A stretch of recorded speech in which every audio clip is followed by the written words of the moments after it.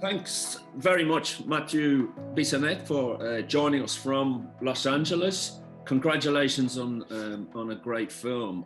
I thoroughly enjoyed Death of a Ladies' Man for a number of reasons, which we'll go into now. Look, well, thank you, and a pleasure to be here. Thank you for the kind words. You described the film as a happy film about death, which I thought was pretty funny. What inspired the story of Death of a Ladies' Man? It's interesting. I don't know if there's any real inspiration. It mostly had to do, I wrote it, at the time I wrote it, I was a single father. And I was very interested sort of in the relationship between fathers and sons and, parents and children, and how things might go awry and how things kind of might be brought back together. And there's sort of a trope at the end of life, there's a reckoning. And I was interested in taking that trope and doing it a different way. I'm a bit of a believer in there's no new stories. There's just different angles of approaching them. So we were interested in kind of the idea of the ladies' man also, this kind of a Lothario trope in a way, and dismantling that a little bit. So it was like one man dismantling his life, and the movie kind of dismantling a little bit, or looking at some of these archetypes that we have. Now, you mentioned in your some of the writing that you've done about the film that it was looking at fantasy and it was looking at alcoholism. Yeah. And I was interested in those topics and I'd love to hear a little bit more about that. What your ideas were there? Sure. Yes, I'm sober myself. Been sober 7 years. So I was also, when I was writing the script, interested in that, in my experience, alcoholism and fantasy dovetail together quite well. Drunks are living in another world, for better or worse. Oftentimes worse. And in some ways, they're like all of us, though. The great struggle, I think, these days or any days, is to kind of see reality for what it is, to see the reality in your own life or the reality in what's going on around you, unclouded, by either by drugs or alcohol or, your own kind of distorted views. So the nice thing about cinema, or the interesting thing about cinema, is you can make those fantasies real. You just, you can dress people up and have them walk around in these sort of, fantastical ways and make that conundrum play out for us. So it was an interesting thing to attack cinematically. So that was kind of the weaving together of, reality and fantasy combined, I think with a bit of mental illness and a fair amount of, alcoholism and drug addiction. More good times. One of the other films that we're featuring in the festival is Crock of Gold, the biography of Shane MacGowan, and in which alcohol features largely. And I think for Irish people, alcohol has a very large part of our culture, and so I was fascinated with how you arrived at Gabriel Byrne for the part. Yeah, I mean, I've seen Crock of Gold. It's a really good film. I saw the Pogues. I think I saw the Pogues when I was 14. Rum Sodom in the last tour, or maybe even before that. Anyways, love the band. But the film, Crock of Gold, is also very kind of illuminating about the effects of alcohol and whatnot. But I sent Gabriel the script, and we met in New York and sat down and talked during lunch. And during the course of that conversation, it became clear to me that he was very interested in, sort of the impacts of addiction and alcoholism on individuals and on cultures. And Canada is sort of similar. The drinking is very, very prevalent in Canada, and also not really discussed all that much. is sort of like not an issue. It's more like water, like the fabric of everything. You wouldn't want to get rid of air, if you know what I mean, that kind of thinking. So I think he sort of understood that. And if you've read Gabriel's, autobiography, memoir, I'm not sort of speaking out of turn here. He's struggled and conquered, an alcohol problem.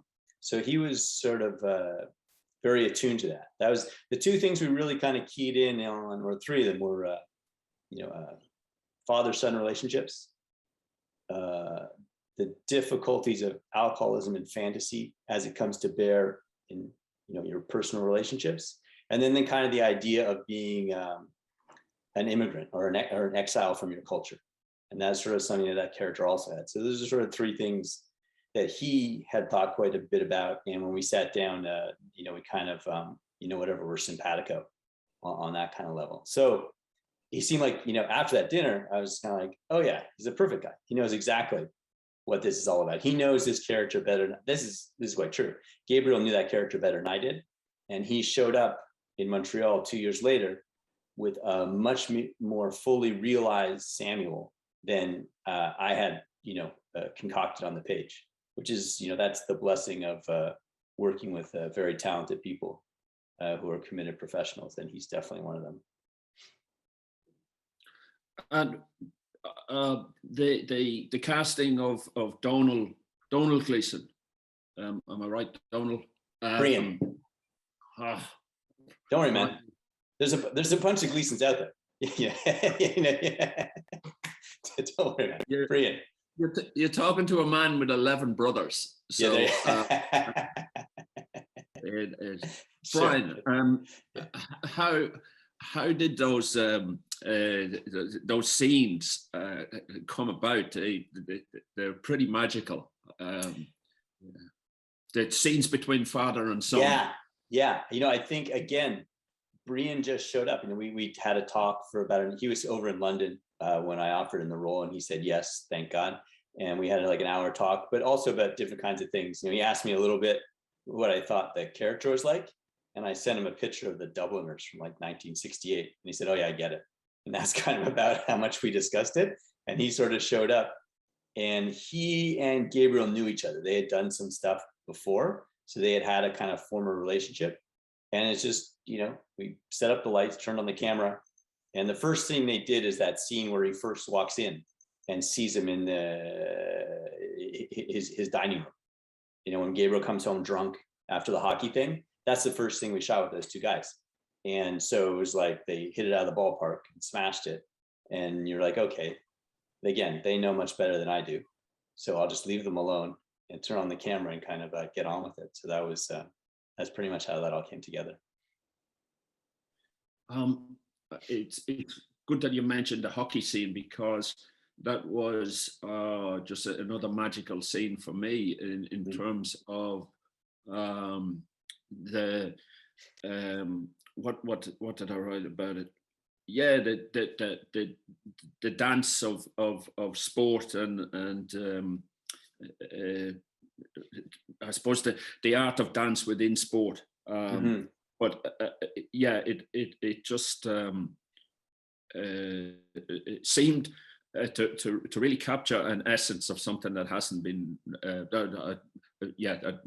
that I see within sport is just the ballet, the movement, and I suppose the irony, because hockey players would not have a great reputation for ballet, the temperament. I really love those the way those scenes were put together. I think the Frankenstein walking down the road after the pub scene was another one. The link with Leonard Cohen and the way that you featured the music, how did that come about, the Leonard Cohen music? Well, I'm from Montreal, and when I was growing up, so my mom had a bunch of Cohen albums. So it was always playing around the house. And so I'm very familiar with the music from a very young age. And then also he's sort of the patron saint or the great ambassador of Montreal. He's sort of the most well-known son, and so he's kind of an archetype of himself in the city. So I kind of grew up with that. So it's when I do a film in Montreal, it's natural for me to put Leonard Cohen in it. And then the themes that we were talking about in the movie, like fantasy versus reality, or the struggle to see reality, and then sort of say desire in conflict with responsibility. Two things you might want and how they kind of impact each other, and then the kind of Dionysian aspect of things. Those are all kinds of things versus sobriety. Those are all kinds of things that play out in his poetry. So it kind of fit really well with the themes that we were interested in investigating when we were making the movie. So that's sort of how the Cohen thing came about. And for whatever reason, every movie I have a little bit of his stuff in it, and we're sort of friendly with their management. So they were amused that we were doing a sort of larger kind of film, and they thought it was kind of interesting and funny, so they went along with it. So great thanks to them. So I have a lot of gratitude for them allowing us to kind of use the songs and the title of his book for our thing. So we very much appreciate it. You talk about similarities after you were shooting in Ireland, between Ireland and Quebec. Do you want to say a little bit about that? Just and also that you talk about the language, the dry sense of humor, love of chips, French fries. Sorry. It was funny. I remember we were taking a bus to work in Ireland because we were all staying in hotels. So the bus would pick us all up, and we'd go out. And in the front of the bus or the back of the bus, half the people are speaking Irish and the other half are speaking French. So it was kind of interesting to sort of be on the bus because we were shooting out in Connemara, and most of the crew guys spoke Irish, and we were sort of speaking Irish when we were shooting. So I think there's sort of this idea of being a culture under siege by a larger culture that finds its salvation to us, earlier on in religion, but in its own very kind of distinct kind of religion, like French Canadian Catholicism and Irish Catholicism are very different from what you're going to find down in Italy. Do you know what I mean? They kind of put it in their own way. And then even the part that I'm more interested in, I'm not that interested in Catholicism, but what I'm interested in is culture and art. And they also, because of that pressure, created diamonds.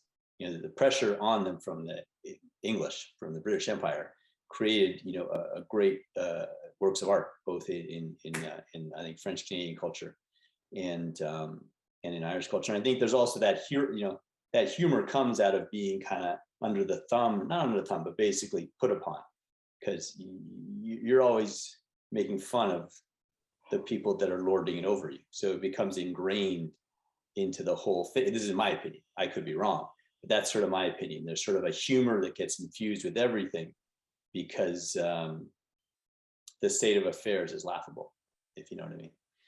So, yeah. If you didn't laugh, you'd cry. Exactly. So yeah, and cry. Who's got time for crying?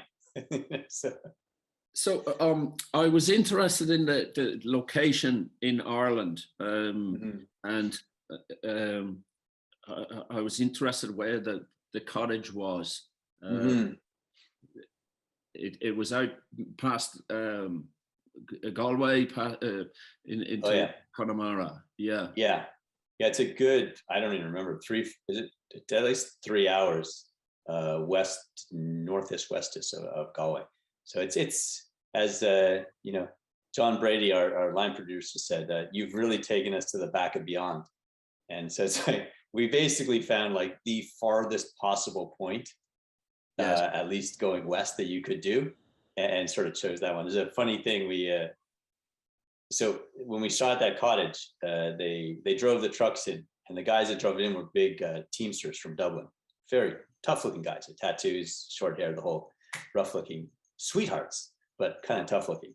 So they're driving these big trucks down late at night, and the roads get narrower and narrower and narrower till they're stuck. they just basically these trucks will not go any further. So they knock on someone's door at 11 p.m. This nice old lady invites them in for a cup of tea. And then the next morning, they took down one of these 400-year-old walls, and they said, "Don't worry, we take them down all the time." And they just drove the trucks around that. So we really put the crew under pressure by going so far, but it was worth it. So that's always one of the fun things about shooting, is you get to go to someplace you probably never would spend that much time in. And it's a beautiful part of the world. It's a beautiful part of the country. It was very kind of a privilege to spend that much time there.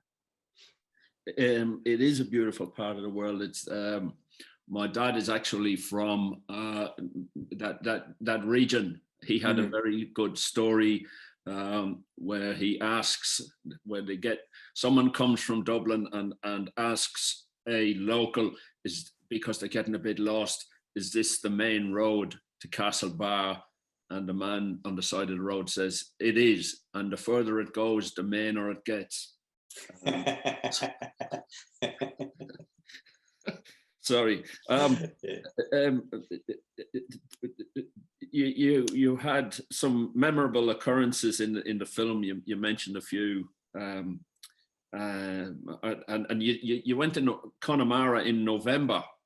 So yeah, I'm not surprised you had a bit of rain. Yeah. But do you want to tell us what sticks out? Any memories from that time over there? Well, we scouted the locations in November, but we actually shot in late May. So it was not that terrible. But No. there's one day we were up on the cliff. We were shooting on the cliff. That's right in Galway. That's actually in the bay. Yeah, it's near Spittle, so it's a little bit further down, but and it's overlooking the ocean there. And for whatever reason, on that particular day, there were clouds rolling in and out and raining like every 15 minutes. So it was either you're trying to shoot it like either all in rain or all in sun, and you can't get either, because every time you turn around. So basically, I think we were up on that cliff for 10 hours, and I think we shot 4 minutes or something like that. We're just like basically sitting there waiting for the right conditions, but it all worked out. So that's 4 seasons in a day. Exactly, 4 seasons in a minute or an hour, to tell you the truth. I mean,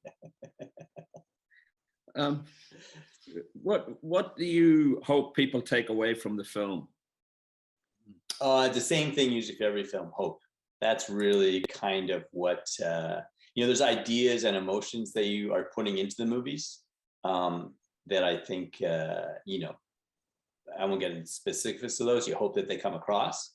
But for me, movies are much more about feeling than information. Like, you can have some ideas in, that's interesting, but I don't think cinema is the greatest means of communicating complex analytical thoughts.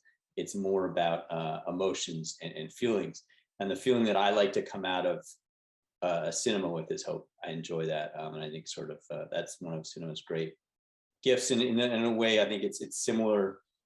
That's where cinema is, in my opinion, so close to music, where, music, you can really, and you're in a certain mood, you walk into a room, you put on your stereo, you listen for 3 minutes, and you come out in a different mood. You know what I mean? And then the same with a movie theater. So I'm still a big believer in movie theaters. You're in a certain feeling, and you walk into this dark room for 90 minutes with other people, and you come out with completely different, shifted emotional landscape. And hopefully it's for the better, because why would you go for the worse? That doesn't quite make sense to me, but so hopefully it's for the better. Even if the film is sad, even if the film is dark, there's usually I walk out of David Lynch movies, and I feel quite hopeful. There's something about them that makes me feel better about being alive, about being a human being. And that's kind of what, you really hope, you can scratch that in some kind of way, in my opinion. We're running out of time, but tell us what you're working on. Have you got anything in the pipeline? Yep, we're doing it. We're trying to put together another movie. Has a bit of a Tom Waits theme to it, so we'll see if we can pull it off. So, yeah. The piano has been drinking. Yeah. Is there a link between the alcoholism? I liked something that you wrote about maybe it was Gabriel Byrne being Irish, but the link with alcohol. Sorry, I'm losing it here. But don't worry about it. Don't worry at all. Oh, right. And what? So that's at an early stage, or script's done. So we're now, probably going to go out and try and get the actors together, and then get the money. That's usually the way it kind of goes. So, good Lord willing, next fall we'll turn on the camera, but we'll see if we get lucky. That's sort of the other nice thing about movies. You're never a dull moment. So we'll see. Great. Well, thanks a million for taking the time, and congratulations on a fantastic film. Well, thank you so much. And I just want to say thank you to all the folks for watching. I really appreciate folks taking the time to watch the movie. So thank you very much.